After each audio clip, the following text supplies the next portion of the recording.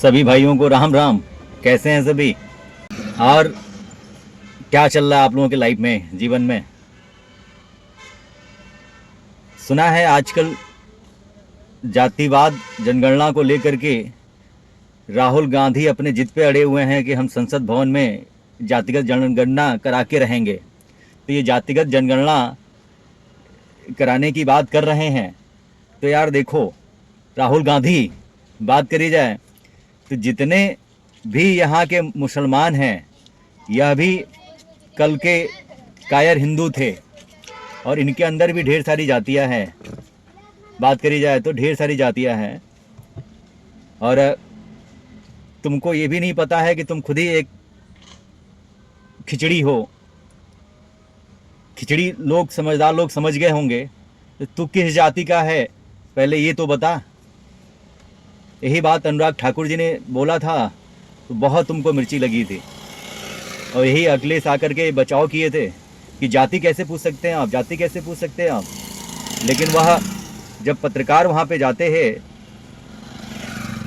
अखिलेश यादव से पूछते हैं क्वेश्चनार, तो बताते हैं कि मैं मिश्रा हूँ।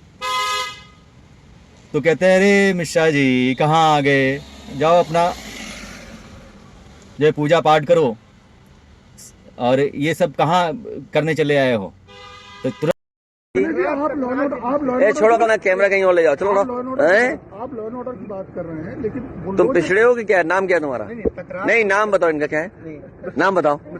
हाँ मिश्रा जी, अरे मिश्रा जी कुछ तो शर्म करो, अरे कुछ शर्म करो यार, पत्रकारिता करो यार। जो है इग्नोर कर देता है अखिलुद्दीन राजनीति के कारण। तो वही कह रहा हूँ कि इस्लाम में भी, इस्लाम की अगर बात करी जाए तो इस्लाम में भी 72 फिरके हैं और 58 जातियां हैं। आप लोगों को ये बात पता होगी, लोगों को ये बातें नहीं पता है क्योंकि यहाँ पर लगातार जातिगत पॉलिटिक्स होती रही है ना। जातियों में बांटो, फूट डालो, राज करो। जितने भी हमारे नेता रहे हैं पूर्व में, 1947 के बाद ये सब करते चले आ रहे हैं। बात करी जाए 1947 के पूर्व में कांग्रेस हिंदुओं का लीडरशिप करती थी और मुस्लिम लीग का जो लीडरशिप करता था ये जिन्ना था। जब देश का बंटवारा नहीं हुआ था 1947 के पहले, तो मुस्लिम लीग की स्थापना हुई थी, हिंदू लीग की तो स्थापना हुई नहीं। सारे पॉलिटिकल पार्टियों को समझना पड़ेगा, और नहीं समझोगे तो देख रहे हो ना तुम लोग की पॉलिटिक्स के कारण भारत कहां पे जा रहा है। तो ये सब they are all converted in Muslim. तो जितने भी हिंदू पहले के रहे हैं सब लालच के कारण, प्रलोभन के कारण, या हम लोगों के यहाँ बराबर का दर्जा नहीं दिया गया तो उसमें जो है सबको कन्वर्ट किया गया।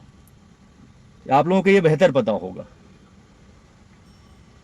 अपने यहाँ आज भी जाति में अगर हम लोग कहते हैं कि यह दलित है, यह वैश्य है, ये शूद्र है, तो उनको जो है कुछ गिल्टी फील हुई। जो हमारे दलित भाई थे तो वो लोग बराबरी का ये था कि दर्जा वहाँ पे मिलेगा, ऐसा ही प्रलोभन दे करके हमने बताया था 3 रीजन्स होते हैं कन्वर्जन के।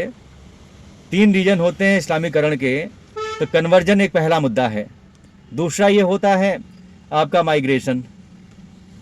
तीसरा होता है आपका रिप्रोडक्शन। तो ये सब चीज़ें चल रही हैं। इसको हमारे यहाँ की बहन बेटियां भी नहीं समझ रही हैं, जो कि जिहादी भी हावी हैं। और बहन बेटियां यहाँ पर जिहादियों से पाला पड़ा हुआ है। जिहादी सब जो है लड़कियों को पटा रहे हैं, धर्मांतरण करा रहे हैं, और अभी तक हमारी बहन बेटियां संज्ञान नहीं ले रही हैं और आए दिन धर्मांतरण बहुत तेज़ी से हो रहा है। भारत को बर्बाद करने के लिए सबसे बड़ा जो कारण है वह इस्लाम है, दूसरा कांग्रेस है। कांग्रेस तो अगुवाई करती थी हिंदुओं की जब जनसंघ की स्थापना हुई थी, लेकिन बाद में 1954 के बाद यह मुस्लिमों की अगुवाई करने लगे। वह वोट की स्थापना हुई। तो यहाँ पर बात करी जाए तो जो कही जा रही है कि जनसंघ के बाद भाजपा ने इसकी कमान संभाली बाद में, और ये सब जिहादी हावी हैं हिंदू बहन बेटियों को। आए दिन लगातार धर्मांतरण हो रहा है। तो हमने कहा ना कि कन्वर्जन और प्रोडक्शन और माइग्रेशन, यही 3 रीजन्स हैं जिसमें ये लोग अपना धर्म परिवर्तन किए। धर्म परिवर्तन करने के बाद ये सब वही जो दलित थे या जो है उच्च जातियों वाले जो धर्म परिवर्तन करे, उन लोगों का जब कन्वर्जन हुआ तो वहाँ पे भी वो लोग भी सफ़र कर रहे हैं। कुरान एक गंदी किताब है। कुरान कोई आसमान से नहीं टपका था। कुरान की बात करी जाए तो जाहिली लोग उसमें जो है परिवर्तित हो रहे हैं। राहुल गांधी की बात करी जाए तो राहुल गांधी तो एक तरह से खिचड़ी है ही है। तो वो जातिगत जनगणना की बातें कर रहा लगातार। तो भाइयों, हमने बताया ना कि इस्लाम में भी 72 फ़िरके हैं, 58 जातियां हैं। तो इसमें जो बात करने वाला मुद्दा है और ये समझने का विषय भी है कि जो भी मुग़ल आए थे भारत में, तो वो उन मुग़लों ने यहाँ पे अपनी बीवी या परिवार लेके नहीं आए थे कि यहाँ पे जाना है, घर बसाना है। वो लुटेरे थे, कबीले थे। भारत सोने की चिड़िया रही है। बस उनकी नज़र थी कि कैसे भी करके भारत को लूटना है और शासन करने के लिए ये आए थे अंग्रेज। लेकिन इन लोगों की भी चली नहीं। तो समझने और समझाने का यही विषय है आप लोगों को कि जो मुसलमान आए थे लूटने के लिए, अपनी परिवार, अपनी बहन बेटियों को या अपनी बीवी को तो लेके, बेगम को लेके तो आए नहीं थे। यहीं पे लोगों ने लूटा पाटा, बहन बेटियों के साथ बलात्कार किया और ज़बरदस्ती करी, और यहीं के वंशज जो है अपना छोड़ गए, जिनको कहे जाते हैं सिया समुदाय। और मुसलमानों में भी जो है 2 पार्टों में ये सब बटे हुए हैं। एक है सिया, एक है सुन्नी। तो सुन्नी का तो पूरी तरह से धर्मांतरण हुआ है। बाकी तो वो तो अपना आए, बच्चा पैदा किए, उनके वंशज यहाँ पे रह गए। तो सियाओं में जो जातियाँ आती हैं, आप लोगों को पता होना चाहिए। और भारत में जितने भी, अगर भारत के मुसलमानों की जातियों की बात करी जाए तो कैटेगरी है, 3 कैटेगरी, जिसमें एक होता है असराफ, और दूसरा होता है असलाफ, और तीसरा होता है अरजाल। तो जो पहला है असराफ वाले यही लुटेरे आए थे जो कि यहाँ पे सियाओं को छोड़ के गए। और वही मुग़ल जो आए थे, बात करी जाए, अपने ईरान वाले ही लुटेरे भारत में आए थे फिर से कब्जा करने, जो कि पर्सिया को ईरान बना दिया गया था ना, जो कि अभी नसरुल्लाह मारा गया है, उसको लेकर के भारत में भी मातम मनाया जा रहा है। उसका देखा जाए दामाद भी मारा गया, उसका भाई भी मारा गया। ये सब मामला चल रहा है जो कि इजराइल ने ऐसे राक्षसों का, ऐसे आतंकवादियों का जो है ऑपरेशन कर रहा है। और भारत कब करेगा ऑपरेशन? भारत तो 3रे नंबर की शक्ति है ना, लेकिन कैसे सुन रही है, कैसे सह रही है? तो मुद्दा यही है कि जो भारत में ये सब आए, ये मुसलमान बस 3 ही कैटेगरी के हैं, असराफ, अजलाफ और अरजाल। तो ये जो है, जो असराफ थे, समझो सभी लोग वो वही लुटेरे थे। जो असलाफ थे, ये सब they are all is converted. वो तो चलो आए थे लुटेरे, अपना सब वो करके रिप्रोडक्शन किया, तलवार के डर पे सलवार उतारे लोग, यानी कि बड़े भाई का कुर्ता, छोटे भाई का पैजामा पहन लिए यहाँ के लोग, हिंदू ही। और बात करी जाए तो ये जितने भी यहाँ पे ये लुटेरे आए, मंदिरों को तोड़ा, औरंगजेब जैसा शासक, हुमायूं जैसा शासक और अकबर जैसा शासक आया लुटेरा, जिसको अकबर को महान बताते हैं यहाँ के इतिहासकार, क्योंकि इतिहास तो अपने मन मुताबिक लिखवाया सब लोगों ने, और कांग्रेसी इसका तो हमेशा अनुयायी रही है इस्लामीकरण के लिए, तो इन लोगों ने अपने हिसाब से पूरा इतिहास को लिखा है और लोगों के अंदर ये बीज और रत्ती डाल दिया है कि लोग आए दिन परिवर्तन कर रहे हैं। और वही बॉलीवुड को भी फंडिंग होती है 57 मुल्कों से। ये बॉलीवुड भी हमारी बहन बेटियों को ख़त्म करता चला जा रहा है, प्लस यहाँ की जो शिक्षा व्यवस्था है वो भी हमारे देश को ख़त्म करती चली जा रही है, जो मैकाले एजुकेशन सिस्टम लागू है 1858 वाला। तो ये है, तो जो अजलाफ वाले थे सब ये सुन करके जो है ये होते हैं जिनको बराबरी का दर्जा नहीं दिया जाता है, वो होते हैं। और अजलाफ वाले भी वही हैं जो कि वो उस श्रेणी में आते हैं जो कि पूरा दलित होते हैं और गरीब होते हैं, झुग्गी झोपड़ी वाले। उनके यहाँ लोग जाते हैं, जा कर के लालच देते हैं कि हाँ अगर आप कन्वर्ट करेंगे तो इतना पैसा मिलेगा, MLM जैसा काम होता है। तो ये सब चीज़ें हैं। मोदी जी ने ये बात बोली है कि उनके यहाँ भी जातियाँ होती हैं, लेकिन कांग्रेस की नज़र भारत के लोकतंत्र पे नहीं है कि हमें लोकतंत्र डेमोक्रेसी कैसे चलाना है, भारत को कैसे चलाना। उसका बस ये है कि डेमोक्रेसी पे नज़र है, लेकिन वो शरीयत के तहत चलाना है, ये है।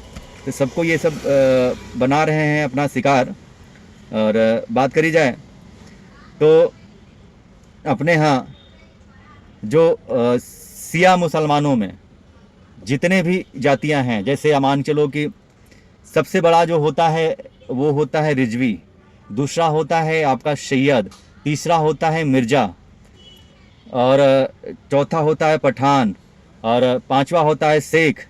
तो ये इन सबों में जो है ये लोग पूरी तरह से बटे हुए हैं और ये किसी को नहीं पता है, ना कि गहन अध्ययन किया जाए तो कोई भी हिंदू या हमारे जो भी पॉलिटिशियंस हैं वो ना ही कुरान का अध्ययन रखते हैं, ना ही देश के इतिहास का। बस उन लोगों को भी राजनीति करना है, माल काटना है और अपने परिवार को, अपने वंशज को आगे बढ़ाना है। ऐसी बीज बो के वो सब चले गए हैं जो पुराने शासक आए हैं, या मैकाले की जो शिक्षा पद्धति रही है। तो भारत में जो मुसलमान हैं तो वह है मुगल, रिजवी, पठान, उच्च जातियों में जो बोला जाता है मिर्ज़ा, सैयद और शेख। ये सियाओं में अच्छे मुसलमान कहे जाते हैं, उच्च जाति के मुसलमान कहे जाते हैं। और इनके यहाँ जो है ये कहा जाता है कि मैं कभी किसी के सामने मैं झुक नहीं सकता अल्लाह के सिवा। वो अपने मम्मी पापा के पैर तक नहीं छूते हैं, अपने बड़े बुजुर्गों का पैर तक नहीं छूते हैं और ना ही झुकते हैं। कहते हैं कि झुकना है तो सिर्फ अल्लाह के सामने झुकना है, उनका सजदा करना है, उनकी इबादत करना है। तो ऐसे ही इन लोगों के अंदर भी बीज बोया गया है। उनके अंदर मैंने अभी बताया कि 72 फ़िरके और 58 जातियाँ होती हैं। जैसे अगर सुन्नियों में आएंगे तो सुन्नियों में जैसे अपने यहाँ OBC होता है ना, उनके यहाँ भी सिद्दीकी होता है OBC में, या कुरैशी होता है, या सुन्नियों की बात करी जाए तो सिद्दीकी हो गया, कुरैशी जो मांस का व्यापार करते हैं, मांस काटते हैं, जिनको चिकवा बोला जाता है। तो ये सब हैं। और फाकिर बोले जाते हैं, गद्दी बोले जाते हैं, घोसी बोले जाते हैं जो दूध का व्यापार करते हैं। और यादवों का पूरा काम, जैसे यादव भी OBC में आते हैं ना, वैसे घोसी भी आता है जो कि दूध का व्यापार करता है। दूध में लोग थूक जिहाद भी कर रहे हैं, जिहाद मूत करके सब मिला रहे हैं, सब पिला रहे हैं, लोगों को दूषित कर रहे हैं और धर्म भ्रष्ट कर रहे हैं। तो ऐसे गद्दी होता है, ऐसे मंसूरी होता है। तो ये सब जो है भारत के जितने भी हमारे यहाँ बात करी जाए मुसलमान हैं, they are all is converted in Muslim. मतलब पहले वो लोग हिंदू थे, अब कन्वर्ट हुए सुन करके। और दलित की बात करी जाए, जो कि दलित यहाँ के जो हैं मुसलमान, तो वो हैं यहाँ पे मौके पे आप लोगों को मैं बताना चाहूँगा कि इनकी भी एक कैटेगरी है। जैसे भारत में मुस्लिम हैं जो दलित हैं, और दलित में सबसे पहला आता है अंसारी, जो कि जुलाहे बोले जाते हैं, बहना बोले जाते हैं, जो कि कपड़े उपड़े का व्यापार करते हैं और ये बुनकर होते हैं। और ऐसे ही होते हैं आखिरी वर्ग में हवारी होते हैं, रज्जाक होते हैं, जैसे बोलते हैं ना अब्दुल रज्जाक। तो ये सब चाहे पाकिस्तान में हो, चाहे अफगानिस्तान में हो, चाहे बांग्लादेश में हो, ये they are all is converted in Muslim. तो ये समझ लीजिए कि इन लोगों को इतना ज्ञात नहीं था कि हम क्या कर रहे हैं, और जो मुस्लिम धर्म में कन्वर्ट हो गए वो आज पछता रहे हैं। उन लोगों के यहाँ जो बहन बेटियों के साथ में अगर कोई पापा है, पेरेंट्स है, गार्जियन है, तो अगर उसके सामने अगर बेटी का हलाला हो रहा है तो उस बाप के ऊपर क्या बीतती होगी, जो कि पति के अलावा गैर मर्द मौलाना उसके साथ सोता है, जब तक मन करता है तब तक रखता है, और जो उससे बच्चे पैदा होते हैं वही मौलाना, हाफिज और जो उनके यहाँ बोला जाता है कि धर्म गुरु, वो वही बनते हैं, और किसी को अलाउ नहीं है वहाँ पे बनना। ये प्रोसेस होता है। नौरोज का भी प्रोसेस होता है कि वही जो उससे उस पद्धति से पैदा होंगे, उस शिया में भी होता है, सुन्नी में भी होता है, तो वही जो है मौलाना बनेगा। वही बात करी जाए तो जनाब बनेगा, वही क्या बोलते हैं उसको यार, जो शादी कराते हैं, काजी बनेगा। हाँ, वही काजी बन सकता, और कोई नहीं बन सकता। तो अब ये जातिगत जनगणना जो कि ये खुद राहुल गांधी खिचड़ी है, ना ही ये देखा जाए, बात करी जाए तो पंडित नेहरू थे ना, पंडित नेहरू तो ऑलरेडी समर्थक रहे हैं। इनके पिताजी भी 4 बीवियाँ रखे थे, और उनमें से एक बीबी के भी लड़के रहे हैं, और इनकी भी बीबी जो है रही, देखा जाए तो 2 बीवियाँ, जैसे कमला नेहरू और एक और थी। कमला नेहरू की मौत का कारण था टीबी हो गई थी, और कमला नेहरू को कभी ये ध्यान नहीं देते थे, उन्हीं के टेंशन में डूबी रहती थी। तो ये पूरा इतिहास है, इसका हम लोग बाद में विश्लेषण करेंगे। कमला नेहरू के नाम पे भी जो है देखा जाए सुल्तानपुर में एक विद्यालय बना हुआ है। तो ये सब लोग क्यों नहीं समझते हैं, कैसे समझाया जाए लोगों को, कैसे विश्लेषण किया जाए। तो ये सिर्फ हिंदुओं की विश्लेषण की और जातिगत जनगणना की बात करता है राहुल। खिचड़ी जो है उनके यहाँ भी जातियाँ हैं, बल्कि दूसरे नंबर पे हैं। अल्पसंख्यक का दायरा उन लोगों को दिया जा रहा है। अल्पसंख्यक थोड़ी ना है वो सब। अल्पसंख्यक वो होता है जो भारत के लोकतंत्र से मतलब न रखता हो, भारत में वोट देने का अधिकार ना हो, उनको अल्पसंख्यक का जो है दर्जा दिया जाता है। 1% जो कि नीचे रहे हैं, और बल्कि ये लोग तो कहते हैं खुद डंके की चोट पे कि मैंने 500-600 वर्ष भारत पे जो है राज्य किया है, शासन किया है, यह भारत किसी के बाप का नहीं है, और वो अल्पसंख्यक का दर्जा उन लोगों को मिल रही है। जैसे ऐसी आए दिन ये सब बातें बोला करता है। तो समझो सभी लोग कि ये जो है देखते देखते 25 से 30% पहुंच चुके हैं, और ये तो सरकारी आंकड़ा है, क्योंकि 10 साल में एक बार जनगणना होती है। और जनगणना जो होती है, अगर गवर्नमेंट अलाउ कर दे कि 15 साल वो कर दे वोट देने का अधिकार, तो बीजेपी की सरकार तुरंत चली जाएगी। क्योंकि इतना तेजी से रिप्रोडक्शन होता है। हमने पहले ही बताया है कि हम लड़के ले लेंगे या हमारे लड़के ले लेंगे, तो ये लोग ले लेंगे भारत को, कोई नहीं बचा पाएगा। या आप लोग जो भी आपका हमारा संविधान है, ये ऑलरेडी 1950 के बाद शरीयत में कन्वर्ट हो चुका है। और बात करी जाए इस्लामिक देश की रक्त बीज पड़ चुकी है। जैसे बात करी जाए वह वोट जैसा असीमित शक्तियाँ मिली हुई हैं इन लोगों के पास, या माइनॉरिटी कमीशन 1992, माइनॉरिटी अफेयर 2006 मिला हुआ है, प्लस जो फंडिंग आ रही है 2010 इस्लाम के प्रचार प्रसार के लिए, इस्लामीकरण के लिए, धर्म के प्रचार प्रसार के लिए, मजहब होता है धर्म का नहीं, तो वो जिहाद के लिए चाहे जैसे भी जिहाद करके भारत को एनी हाउ इस्लामिक देश, इस्लामिक मुल्क बनाना है। तो साम दाम दंड भेद अपने यहाँ जो ये नीति है, उनके यहाँ हजारों नीतियाँ हैं भारत को कन्वर्ट करने का। जैसे कि बताया मैंने कि लव जिहाद, रिप्रोडक्शन, लैंड जिहाद, माइग्रेशन, मारपीट करके उनका अगर वह बोर्ड का नोटिस जाता है तो यहाँ के हिंदू डर जाते हैं, और डर करके वो वहाँ के 32 के 32 मेंबर जो है पूरा का पूरा वो मुसलमान ही रहते हैं, वहाँ पे हिंदू लोग नहीं हैं। अभी वह बोर्ड अमेंडमेंट 2024 की बात हुई है, किरण रिजिजू साहब ने इसको बिल पेश किया था 5 अगस्त को, और इस पे जेपीसी में मुद्दा चला गया है। तब यहाँ की देखिए सरकारें क्या करती हैं। वैसे तो कहा जा रहा है कि शीतकालीन सत्र में इसको पास किया जाएगा और पास होगा, लेकिन संशोधन नहीं करना है, ऐसे महापाप को ख़त्म कर देना है।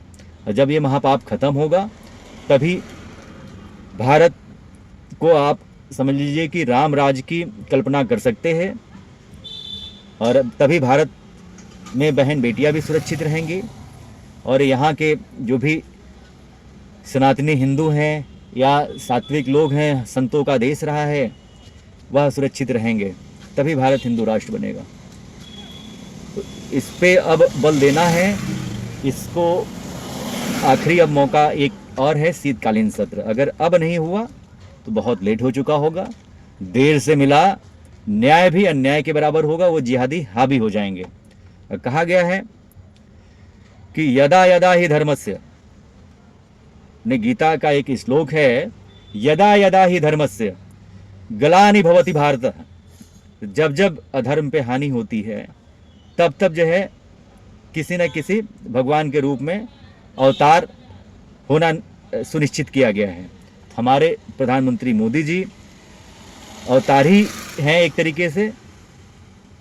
हनुमान जी हमारे महाराज जी हैं, आदित्यनाथ योगी जी।